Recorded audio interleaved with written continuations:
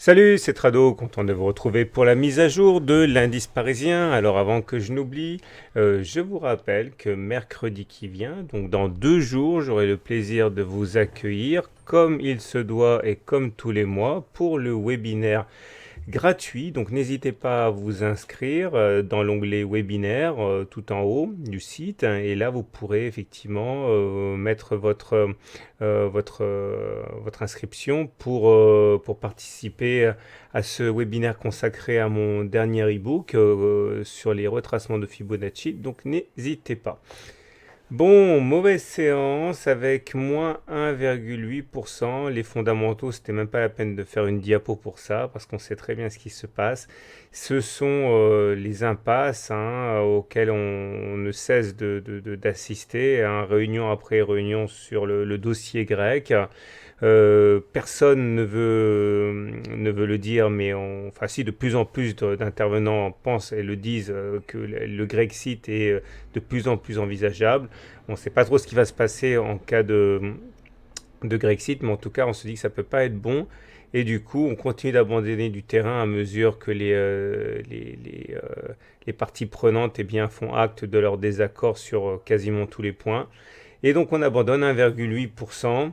Alors, j'aimerais revenir sur cette fourchette d'Andrews parce que finalement, il y a du neuf. Alors, vous le savez, hein, j'en ai parlé, on était dans une grande fourchette d'Andrews orange, là. Et puis, on a eu un refus de casser la partie haute de la fourchette d'Andrews, c'était il y a 3 séances.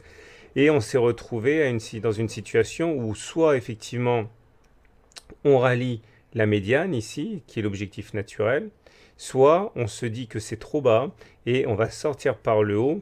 Et dans ce genre de situation, j'en ai déjà parlé, ça veut dire généralement qu'il y a une explosion haussière qui nous amène la plupart du temps à toucher l'oblique tracé entre le point 1 et le point 3 de la fourchette d'Andrews. Donc explosion haussière ou effondrement. Moi, mon opinion par rapport à ça, c'est que je ne vois pas comment on pourrait aller chercher la médiane. C'est surtout ça le truc. Et là, j'ai mis une petite ligne en pourcentage. Vous voyez qu'entre les 4805, les plus bas du jour, et la médiane, 4658, il faudrait qu'on abandonne 3%. Alors 3%, c'est pas énorme, mais ça me semble quand même beaucoup. Et du coup, c'est pour ça que je continue à titre personnel de privilégier le fait qu'on en sortira par le haut avec explosion haussière. Mais il faut avouer que si vous ne pensez pas comme moi et que vous pensez que le rôle de la médiane va continuer à jouer comme de manière traditionnelle, eh bien, effectivement, il peut être légitime d'attendre qu'on aille percuter la médiane. En tout cas, moi, j'avais un biseau là vers descendant. Vous savez que les biseaux descendants se cachent généralement par le haut. Là, force est de constater qu'on est à l'extrême limite, hein, du biseau. Si jamais on devait casser ce biseau par le bas, il faudrait requalifier le biseau en canal, c'est-à-dire prendre la parallèle à ceci et le reporter sur le point bas. Ça voudrait dire donc non plus un biseau mais un canal, ça voudrait dire aller chercher donc les 4750. Alors ce n'est pas tant que ce soit aberrant, hein, d'envisager un tel scénario, notamment je vous rappelle au regard de l'analyse hebdomadaire et surtout mensuelle que je vous ai présenté ce week-end, hein, puisque j'ai dit qu'en mensuel on est toujours attendu sur les 4770 ici, hein, le niveau suivant de Fibonacci. Je le fais vite disparaître pour ne pas vous embrouiller. Mais bon, voilà quoi, hein, ne brûlons pas les étapes. Pour l'instant, le biseau est toujours envisageable. On verra ce qu'il a à nous offrir. Maintenant, quand on a des indicateurs techniques, je vous rappelle qu'on m'a demandé par email pourquoi je faisais apparaître parfois un indicateur, pourquoi parfois 3 ou 4. Tout simplement parce que pour ne pas noyer sous les informations, j'ai tendance à faire figurer les indicateurs lorsqu'ils ont quelque chose à dire de particulier ce jour-là. Donc si je ne parle pas par exemple du stochastique, c'est parce qu'il n'a rien à dire de plus que d'habitude. Alors revenons à notre MACD. Le MACD, ce qui m'interpelle, comme le momentum, c'est des situations de divergence haussière cachée. C'est très rigolo. Alors, les divergences cachées sur indicateur, ça ressemble à ça. Vous allez avoir l'action ou l'indice, etc., qui va avoir ses évolutions propres, et vous allez avoir l'indicateur technique, momentum, stochastique, MACD, qui aura ceci de particulier qu'ils ne vont pas avoir les mêmes orientations à court terme. C'est-à-dire que l'action ne va pas faire de plus bas, alors que l'indicateur technique va faire un plus bas. Autrement dit, l'indicateur veut plonger, il veut plonger, mais l'action ne veut pas suivre son indicateur. L'action ou l'indice fait preuve de résistance par rapport à l'indicateur en ne faisant pas de plus bas. Et ça, généralement, eh bien, c'est très efficace et ça laisse augurer quand même d'une hausse. Alors regardez la pente sur le CAC, plus bas sur le stochastique, pas de plus bas sur les cours et derrière, pouf, explosion haussière. Alors vous le savez très bien, rien ne fonctionne à 100% en analyse technique, mais si je vous en parle, c'est parce qu'on ne peut pas faire comme si ça n'existait pas. Sur le MACD, divergence haussière cachée. Sur le momentum, divergence haussière cachée.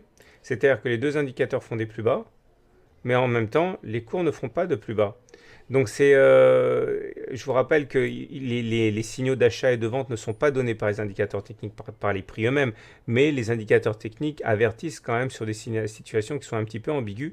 Et là, la situation est clairement ambiguë.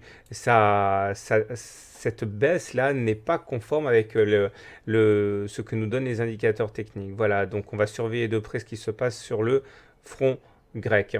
Moralité du SAR, voilà pourquoi moi je privilégie toujours une sortie par le haut avant qu'on aille chercher la médiane, mais encore une fois, l'ambiance est tellement lourde sur les marchés que vous avez tout à fait le droit de penser qu'on ira chercher la médiane. Voilà, place maintenant à l'action du jour.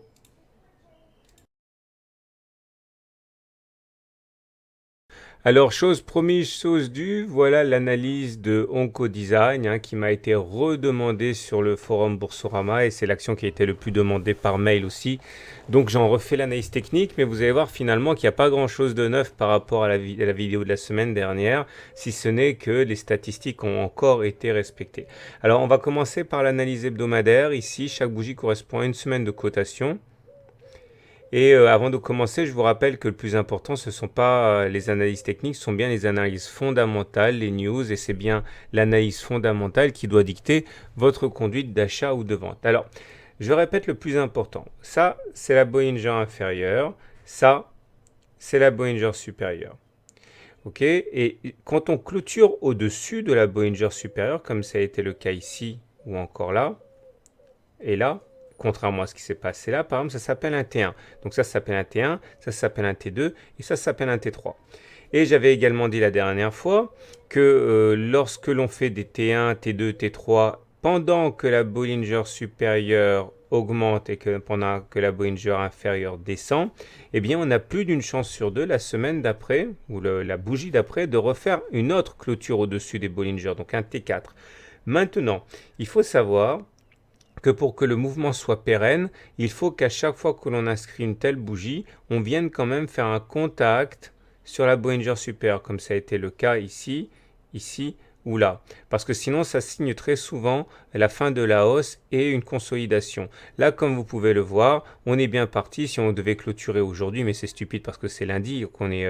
Donc là, en fait, je parle de si on devait clôturer sur ces niveaux vendredi, eh bien, on aurait effectivement de fortes chances de faire un T4, mais il faudrait quand même, lors de ce T4, que l'on prenne la peine d'aller chercher la Bollinger supérieure, vous l'aurez compris, pour pérenniser ce mouvement. Ça voudrait dire quand même aller chercher les alentours de 10 euros, une grosse baisse puisqu'on est actuellement à 11,58, donc ça voudrait dire une baisse vraiment conséquente qui n'aurait rien d'inquiétant a priori dans le cas où effectivement ce seraient les prémices d'un rebond à venir derrière. Mais bon, il faut savoir que pour que la hausse se pérennise, encore une fois, la Bollinger supérieure doit être touchée à chaque fois.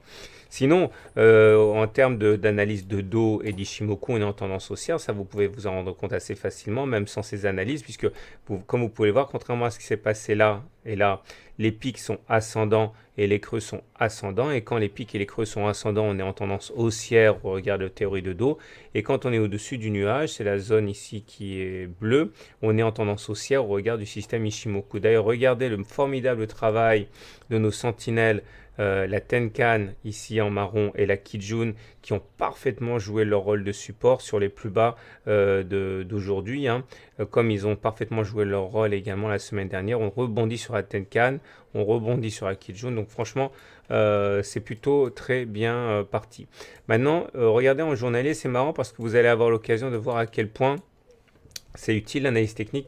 Je vous avais parlé la semaine dernière du setup Tradobull. Tradobull, c'est quand vous avez justement une bougie comme celle-ci ou comme celle-là qui ne prend pas la peine justement d'aller toucher la Bollinger supérieure. Là, on a une unité de temps jour. Ok, là, c'est pas une bulle, là, c'est une tradobulle. Et quand on fait une tradobulle, généralement, on va chercher la moyenne mobile à cette période. C'est pour ça que j'ai dit dans l'analyse précédente qu'il fallait vraiment toucher cette Bollinger supérieure, sinon on risquait d'avoir une correction sur la M7.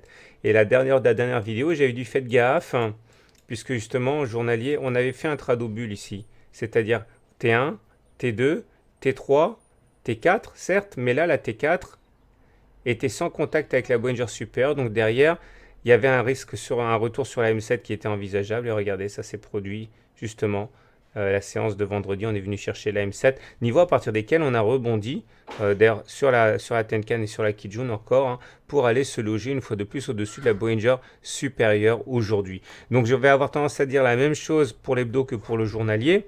C'est-à-dire, regardez également hein, le niveau des 50% de Fibonacci qui a parfaitement joué son rôle de support. J'ai fait un e-book là-dessus et je fais un webinaire mercredi hein, sur ça. Je vais l'enlever maintenant parce qu'on n'a plus besoin. Ce qui est très important pour vous, c'est de remarquer qu'on est là aussi au-dessus de la Bollinger supérieure, mais que pour pérenniser ça, pour faire un T2, demain il faudra quand même prendre la peine d'aller chercher la Bollinger supérieure journalière, etc. Vous avez compris, pour éventuellement avoir un T2 comme c'est le cas ici, voire un T3, un T4, etc.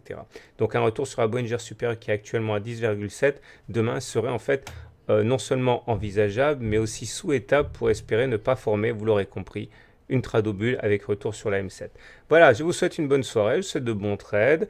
Si vous ne connaissez pas mon travail, je serais ravi de vous offrir mon livre d'analyse technique d'initiation que j'ai écrit avec une vidéo exclusive de 30 minutes, des exercices corrigés et tout, pour vous mettre le pied à l'étrier. Envoyez simplement e-book gratuit à tradosaurgmail.com et je vous envoie mon livre par email dans les 24 heures. A très bientôt pour une mise à jour.